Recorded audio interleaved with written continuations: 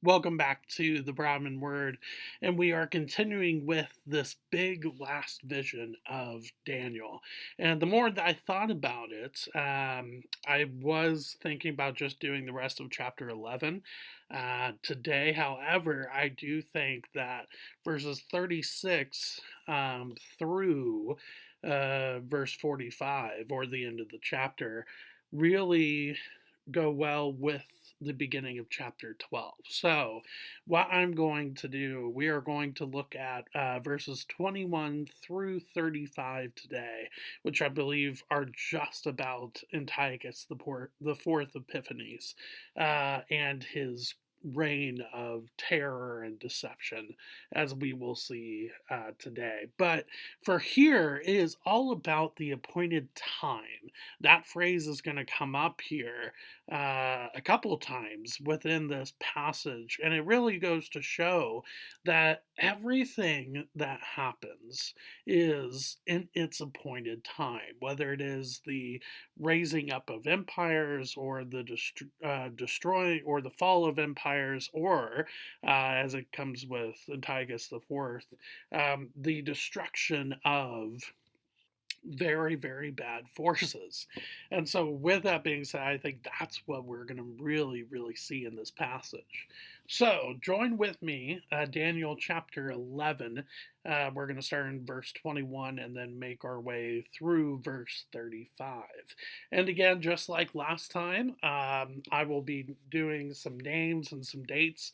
And I have gotten those from Christ Centered Exposition Commentary series in the book of Daniel, written by Danny Aiken, edited by David Platt, Danny Aiken, and Tony Merida.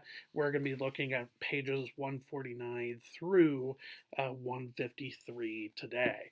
And again, we're not going to read the whole entire thing. We're just using it as a guide as we look at what Scripture has to say here. So, verse 21. In his place shall arise a contemptible person to whom royal majesty has not been given.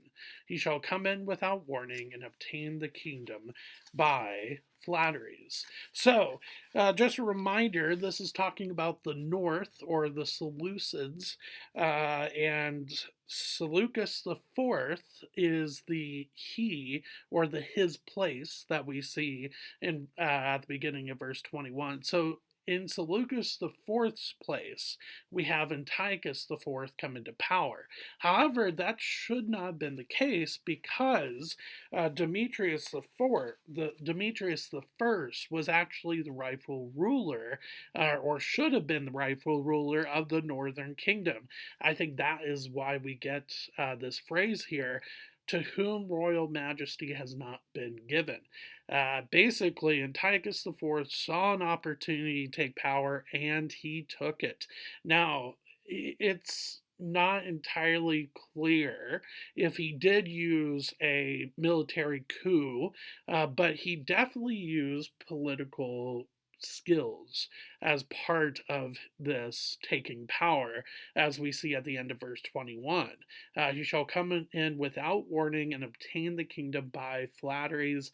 Another way to interpret that Hebrew word, that word there for flatteries is, in fact, could be seen as deceits or lies. But basically, he's most likely using political skills, oratory skills, just leadership, but in a deceitful manner. I think that's probably how Antiochus IV came to power, and not necessarily by a military coup. So, with that being said, Antiochus IV has come to power. Verse 22. And again, sorry, Antiochus IV reigned from 175 to 163 BC. That is when Antiochus IV reigned as the northern king. Verse 22, armies shall be utterly swept away before him and broken, even the prince of the covenant. So there's a couple things about here. This is probably referencing Ptolemy the Sixth, who reigned from 181 to 146 BC. This probably references two fights with him.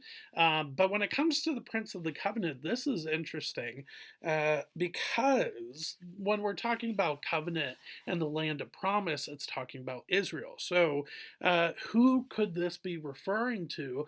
Well, Antiochus IV actually deposes Onias III, who was the rightful high priest in Jerusalem. Onias III was assassinated in 171 BC, and a lot of people think that Antiochus IV had that plan carried out against Onias III. So Onias III is actually seen as the prince of the covenant mentioned there at the end of verse 22. Verse 23, and from the time that an alliance is made with him, he shall act deceitfully, and he shall become strong with a small people. Without warning, he shall come into the richest parts of the province, and he shall do what neither his fathers nor his fathers' fathers have done, scattering among them plunder, spoil, and goods. He shall devise plans against strongholds, but only for a time.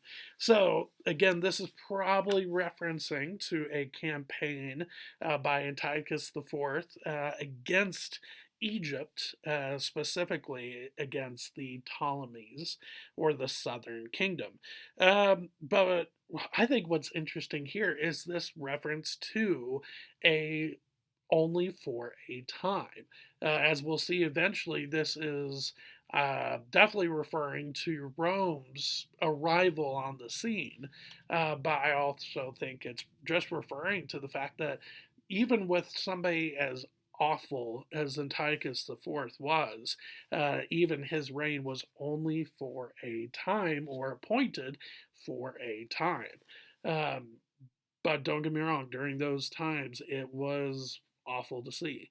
And it continued to be. Verse 25, and he shall stir up his power and his heart against the king of the south with a great army. And the king of the south shall wage war with an exceedingly great and mighty army, but he shall not stand, for plots shall be devised against him.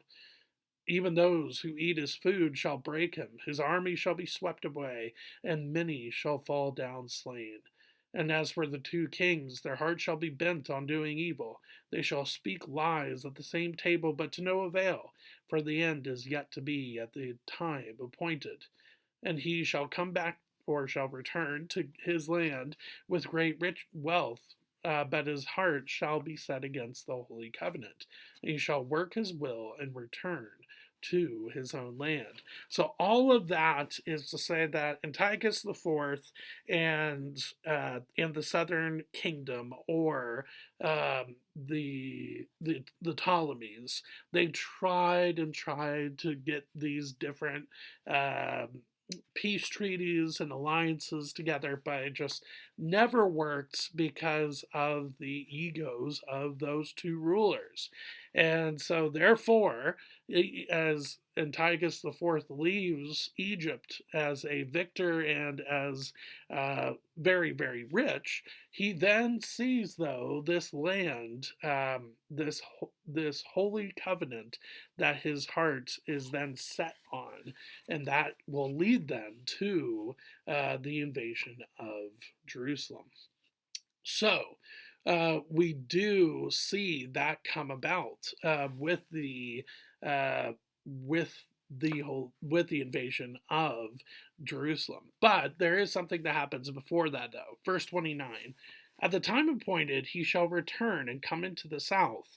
So he's going back to the region where Egypt is.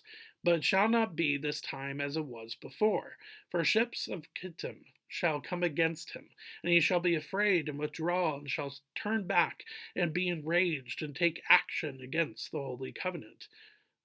He shall turn back and pay attention to those who forsake the holy covenant. Now we'll get to that end part of verse 30 here in just a second. So Antiochus IV goes and tries another campaign against the Ptolemies in the south, in the region of Egypt. But this time it does not go as well. These ships of Kittim are possibly referencing to a a Roman fleet from the area of Cyprus. So we finally see Rome kind of introduce themselves here, not overtake at this time, but introduce themselves as a player on this world stage. And it becomes such a they become such a threat to Antiochus IV that he actually gives up.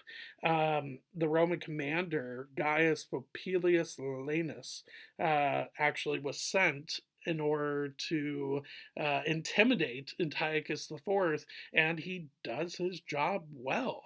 Antiochus IV, as we see in scripture, is afraid and withdraws, and he does withdraw, but sadly he withdraws in humiliation, and then his humiliation and his anger is sadly then turned to Jerusalem. So he comes back and attacks Jerusalem and befriends those that live in or around Jerusalem and do not necessarily love the Jews and their practices.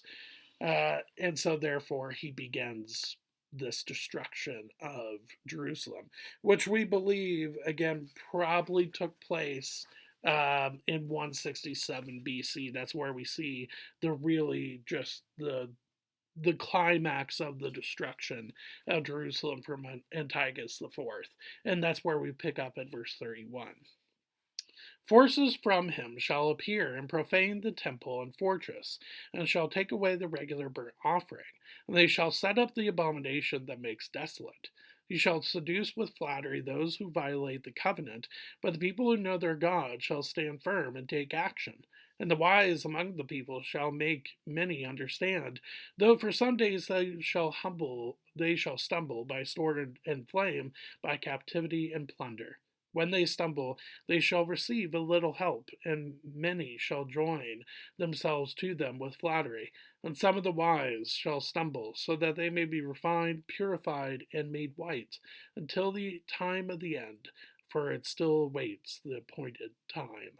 So, we will get to all of that here. So you have Antiochus IV. He does come into Jerusalem, and he does bring in a statue of Zeus and erects it in the place of worship. My guess, it probably happened sometime in December of 167 BC.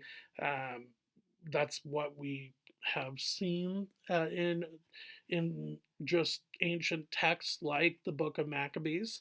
That is kind of what we're seeing as what happened during that time.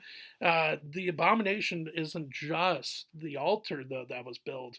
He also brought in pigs and slaughtered them within the temple grounds. And as we see from the Old Testament law, that would have been an absolute travesty because pigs were seen as unclean. So you're basically profaning the whole entire temple of the Lord by doing this, and that's what he did. And yet, even after all of this, as verse 32 shows, he was still able to get people around that region to say, it's okay to do this against the holy covenant, against the people of Jerusalem, of the Jews. It's okay to do that, though. You should be celebrating this, and sadly, a lot of them do. But thankfully, as the end of verse 32 and then verses 33 and 34 and 35 show, that is not the end. There are a faction, a remnant of Israelites or the people of the Holy Covenant, that stand firm in their faith. I think this could be referencing to the Maccabeans and the Maccabean Revolt, but it is just showing the end of Antiochus IV's reign in Jerusalem. But I think it's also referencing specifically verse 35, referencing the end of Antiochus IV completely. Antiochus IV probably died in 163 BC. It was believed to be during an expedition in Persia, and a lot of scholars believe that it was insanity that led to his death, which is a fitting end for Antiochus IV Epiphanes. But the big thing, and where I want to end today, is that phrase at the end of verse 35, for it still awaits the appointed time. From here, verse 36, I think, depicts somebody that is different from Antiochus IV, and we'll get to that on Thursday. But I think that is depicting the Antichrist. So when it's talking about for it still awaits the appointed time, and then, of course, the phrase before it, until the time of the end, I think it's pointing towards the time of the Antichrist and the time of the end. But for me, the phrase there, for it still awaits the appointed time. Therefore, God, in his sovereignty and in his knowledge, has orchestrated every single event for his glory, which is hard to wrap our minds around because some of those events and their appointed times when those happened and how long they happened for deal with these very hard and just wicked people, whether it be Antiochus IV Epiphanes, whether it be Joseph Stalin, whether it be Adolf Hitler. You have these awful people that are on the scene and they do awful things. But every single one of them is only for an appointed time. And then all the work that they do, all the horrible things that they do, is then uh, thrown into memory, into history memory. Now, again, obviously, it doesn't mean that those things are not still awful. They are. But when it comes to the appointed time, though, God reduces the amount of time that they have, whatever they are doing.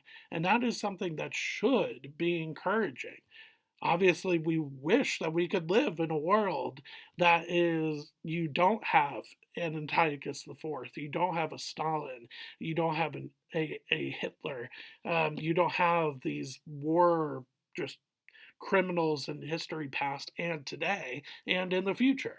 Obviously, we wish we were part of that world where you don't have those people.